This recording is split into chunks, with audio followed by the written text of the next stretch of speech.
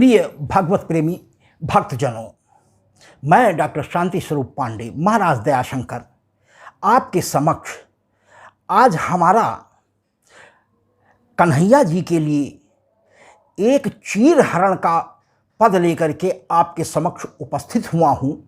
भक्तों, मेरा प्रयास रहेगा कि यदि एक लीला गुणगान हमारे प्रभु सीताराम जी का हुआ है तो एक गुणगान हमारे श्री राधे श्याम जी का भी हो जाया करे, जिससे हमारे राधे श्याम जी के भी भक्त अल्टरनेट डे पर अपनी पसंद के इष्ट का पद पा सके और हमारे सीताराम जी के भी भक्त अपनी पसंद का पद पा सके। वैसे भक्तों, मैंने जैसे पहले ही भी बतलाया कि हमारे प्रभु राम और भगवान कृष्ण में कोई विभेद नहीं, केवल कालखंड का अंतर है।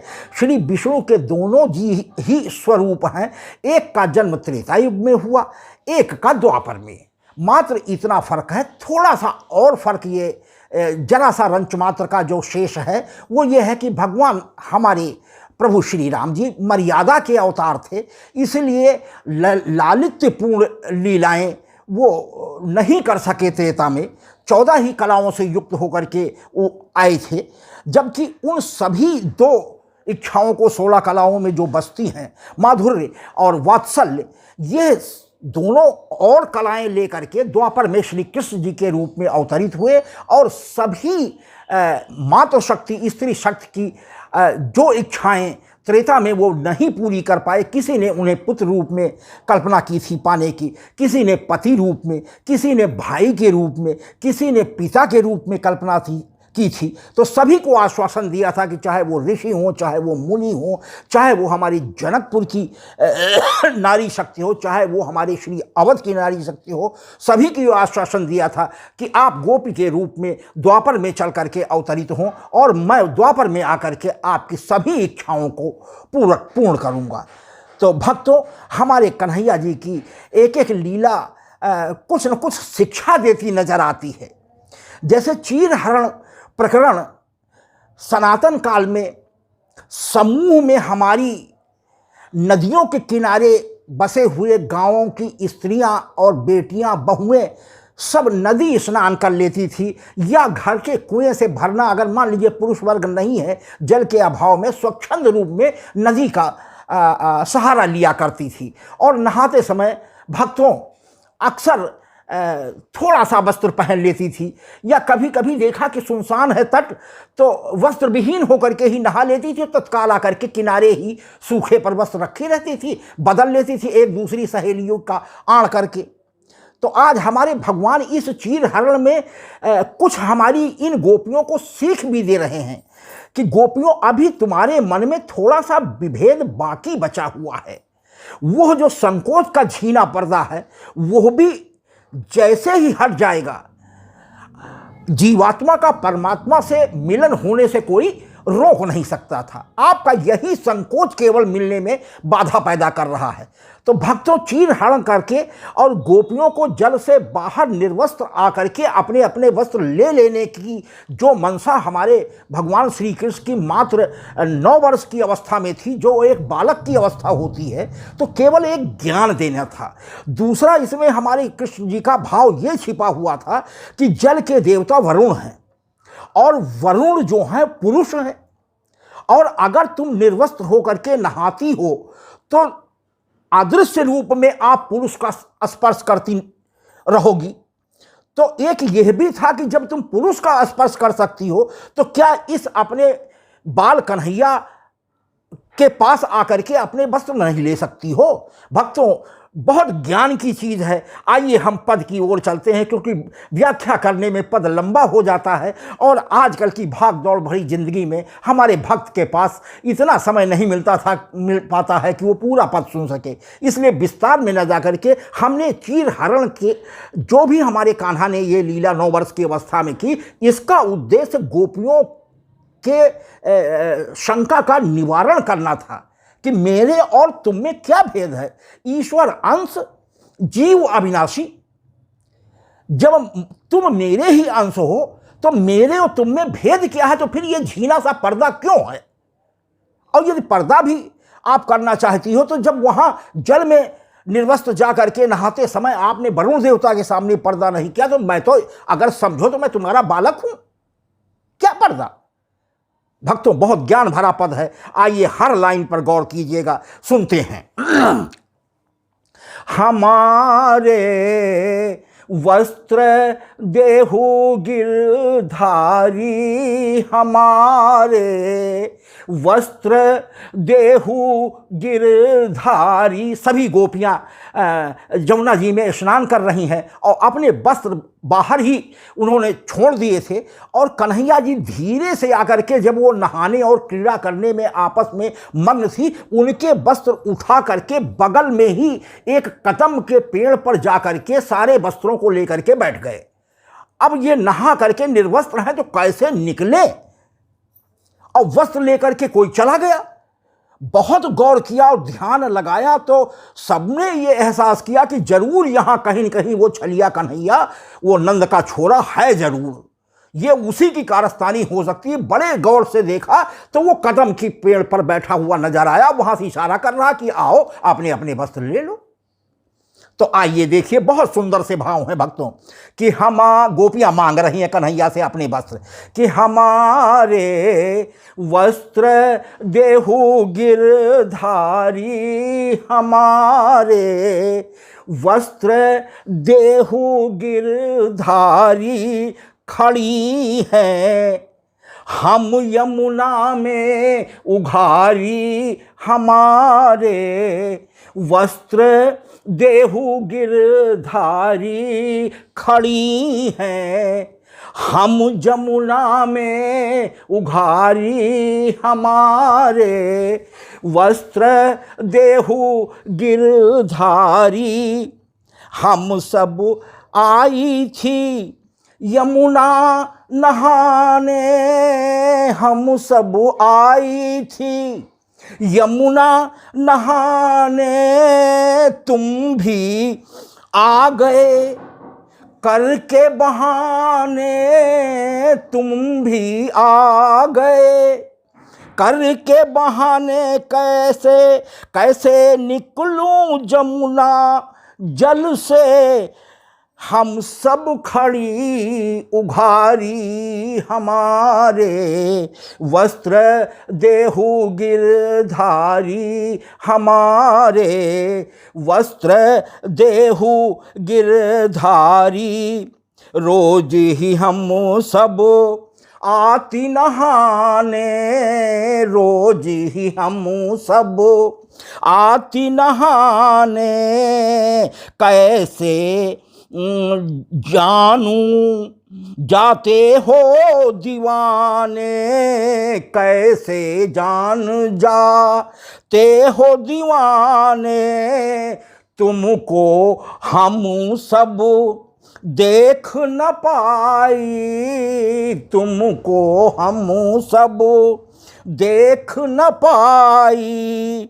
नई विपदा की मारी, हमारे वस्त्र देहु गिरधारी, हमारे वस्त्र देहु गिरधारी।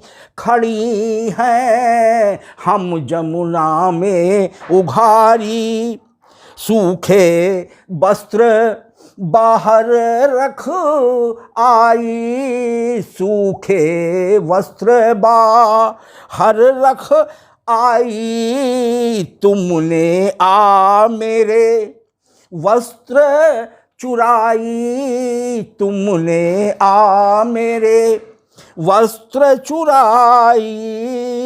कैसे मोहन बाहर आऊं, कैसे मोहन बाहर आऊं।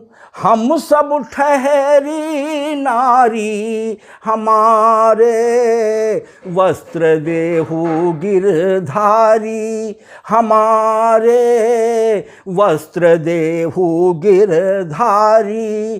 खड़ी है हम यमुना में उघारी, वस्त्र ले जा बैठे कदम्ब की डारी, वस्त्र ले जा बैठे कदम्ब की डारी कैसे निकलूं, लाज की मारी कैसे निकलूं, लाज की मारी। वैसे तुमसे पर्दा नहीं है, वैसे तुमसे पर्दा नहीं है, पर दे दो कृपा कर सारी हमारे। वस्त्र देहु गिरधारी हमारे, वस्त्र देहु गिरधारी। खड़ी हैं हम जमुना में उघारी, तुमको सब कुछ देती आई, तुमको सब कुछ देती आई। दधी माखन जो चाह खिलाई, दधी माखन जो चाह खिलाई। आज लाज पर है बनियाई, आज लाज पर है बनियाई। क्षमा करो गलती हमारी हमारे, वस्त्र देहु गिरधारी। खड़ी है हम जमुना में उघारी हमारे, वस्त्र देहु गिरधारी। अब ऐसी गलती न करूंगी, अब ऐसी गलती न करूंगी। जैसा कहोगे वही करूंगी, जैसा कहोगे वही करूंगी। आज मेरे वस्त्रों को दे दो, आज मेरे वस्त्रों को दे दो। तुमको कसम हमारी हमारे, वस्त्र देहु गिरधारी। खड़ी हैं हम जमुना में उघारी, तुम सब जल से। हमारे कृष्ण जी अब कह रहे हैं, बहुत ज्ञान भरा पद है भक्तों, इस लाइन पर गौर करना कि तुम सब जल से हो जाओ न्यारी, तुम सब जल से हो जाओ ना न्यारी। निकल के ले लो अपनी सारी, निकल के ले लो अपनी सारी। जल के देवता वरुण पुरुष हैं, जल के देवता वरुण पुरुष हैं। क्यों नंगे पग उठारी हमारे, वस्त्र देहु गिरधारी। खड़ी हैं हम जमुना में उघारी। भक्तों, यही हमारे प्रभु चाहते थे कि जब हम में तुम हमारी अंश हो और मुझी से पर्दा, तो तुम्हारा प्रेम सच्चा नहीं हो सकता। एक बालक के सामने तुम आने में शर्मा रही हो, लाज लग रही है, और जल में जिसके देवता वरुण है उनके साथ स्नान करने में तुम्हें वो नहीं लगा। दूसरी बात, हमारे कन्हैया ये सीख देना चाहते हैं कि स्त्रियों को नंगे पानी में नहीं नहाना चाहिए। यह भी उसके साथ एक शिक्षा वो दे रहे हैं कि क्यों तुम नंगे पैर गई, और अगर नंगे पैर गई हो तो आज आकर के ही तुम्हें वस्त्र मिल पाएंगे, जिससे जो ये झीना सा पर्दा तुम्हारे मन में अभी विद्यमान है यह भी दूर हो जाए और तुम सीधा मेरे में समाहित हो सको।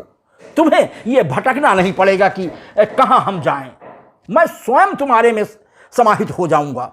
लेकिन ये पर्दा तो पहले हटाओ। भक्तों, बहुत ज्ञान भरी ये लाइन थी कि तुम सब जल से हो जाओ न्यारी, निकल के ले लो अपनी सारी। जल के देवता वरुण पुरुष हैं, क्यों नंगे पग उठारी हमारे वस्त्र देहु गिरधारी। खड़ी हैं हम जमुना में उघारी। अब भक्तों, अंत में मेरा दयाशंकर का ये कहना है, उस पर भी गौर कीजिएगा। दयाशंकर प्रभु गोपी तुम्हारी, दयाशंकर प्रभु गोपी तुम्हारी, तुम्हारी बनाई ये सब नारी, तुम्हारी बनाई ई सब नारी। झीना पर्दा पड़ा रहने दो, झीना पर्दा पड़ा रहने दो। तुम जीते ये हारी हमारे वस्त्र देहु गिरधारी, हमारे वस्त्र देहु गिरधारी। भक्तों, इस अंतिम लाइन में आप समझने का प्रयास कीजिएगा कि जीवात्मा हमेशा अपने परमात्मा के अधीन होती है। तो आज इस शब्द की तुम जीते ये हारी, तो जीवात्मा तो हमेशा आपके मातहत है। मैं कहीं अलग हूं प्रभु। भगवान कन्हैया ने जैसे ही ये शब्द गोपियों के मुख से निकले, स्वयं आकर के तट पर उनके वस्त्र उस जगह रख करके स्वयं अंतर ध्यान हो गए। केवल हमारे कन्हैया को इन गोपियों की ये सीख देनी थी, और गोपियों ने भी जो सीख दी। इस लाइन में भक्तों, गोपियां प्रार्थना कर रहे कि झीनो पर्दा पड़ा रहने दो, कि दया शंकर प्रभु गोपी तुम्हारी, दया शंकर प्रभु गोपी तुम्हारी, तुम्हारी बनाई ई सब नारी, तुम्हारी बनाई सब नर नारी। झीना पर्दा पड़ा रहने दो, झीना पर्दा पड़ा रहने दो प्रभु। तुम जीते ये हारी हमारे वस्त्र देहु गिरधारी। खड़ी हैं हम जमुना में उघारी, हमारे वस्त्र देहु गिरधारी।